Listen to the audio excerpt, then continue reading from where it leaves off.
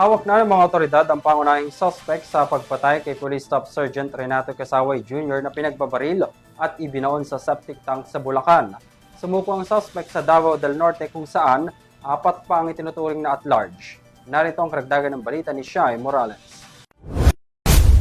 Nasa kustodiya na ng pulisya ang suspect sa pagpatay kay Police Staff Sergeant Renato Casaway Jr. na natagpuan ng bangkay sa isang septic tank sa Malolos, Bulacan. Ayon sa mga ulat, sumuko ang suspect na kinilalang si Julian Salamat sa Tagum Police sa Davao del Norte nitong Miyerkules ng umaga sa barangay Magugpo West sa nasabing lungsod. Siya ang itinuturing na gunman sa krimen. Base sa intelligence monitoring po natin, mayroon po siyang kaibigan na taga Tagum City.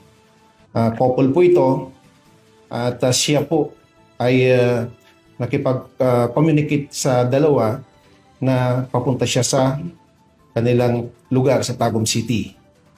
And masabi naman po ni Salamat na nagkaroon nga po siya ng problem relative to this particular case. Bago pa yan, nauna na ring sumuko sa pulisya ang dalawa pang suspect sa Bulacan at Isabela sa pamamagitan ng kanilang mga kamag-anak.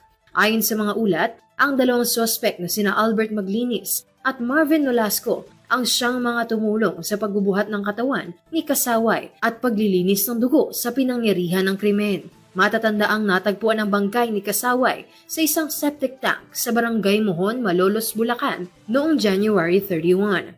Huli rin siyang nakitang buhay sa kanyang mismong birthday noong January 24 bago siya tuluyang maiulat na nawawala dahil hindi na bumalik sa kanilang tahanan. Sa ngayon ay 7 suspect na sa nasabing krimen ang nasa kustodiya ng pulisya, ngunit may 4 pang suspect ang tinutugis ng kapulisan. Nagpositibo rin sa ilegal na droga ang mga nadakip na suspect. Para sa EuroTV News, ako si Shai Morales, sumasaludo sa bawat Pilipino.